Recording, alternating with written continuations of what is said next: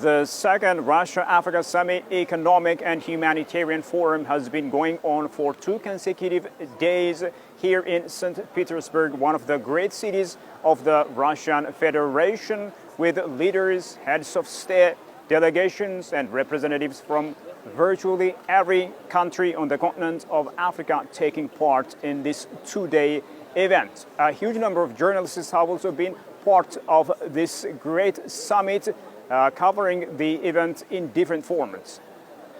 At the end of the summit, the Russian Federation President Vladimir Putin has taken some time to address the journalists when it comes to matters of mutual interests. Naturally, we also plan to help African partners to strengthen their national healthcare systems, to improve their resilience, technical capacity, effectiveness, and efficiency in their fight against epidemics. For that, we are launching a large-scale aid program to African countries to fight communicable diseases till 2026, totaling 1.2 billion rubles. Once again, I'd like to highlight that Russia is sincerely trying to build truly strategic, multifaceted partnership with Africa, and we see the same sentiment to act together, hand in hand, reciprocated by our African friends. Thank you. Also briefing journalists along with the Russian president, the president of the Union of the Comoros, also the chairperson of the African Union, Azali Assoumani, has stressed that Russia is a true friend of Africa that has stood by African nations in times of trouble.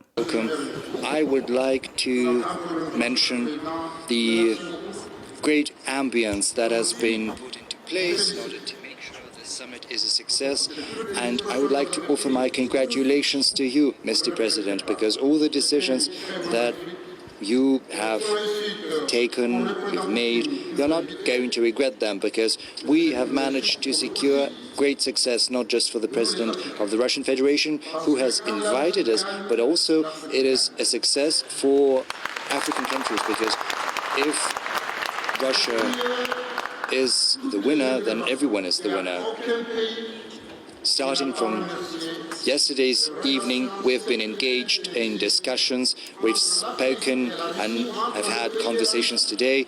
We have offered our thanks, we have spoken about the long-standing relations between our countries and Russia. They've been there for decades, and we know that it is during the most difficult times when you know who your true friends are. And Russia stood with us during the most difficult times, during the times of slavery or during the times of apartheid.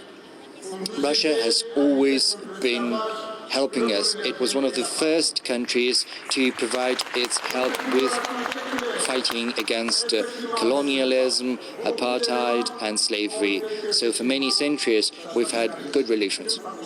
A number of decisions have already been passed, all aimed at reinforcing the bilateral and multilateral ties between Russia and the continent of Africa. The fact that the Russian president has taken time to discuss issues of mutual interest with the journalists will have huge implications and huge message to get across.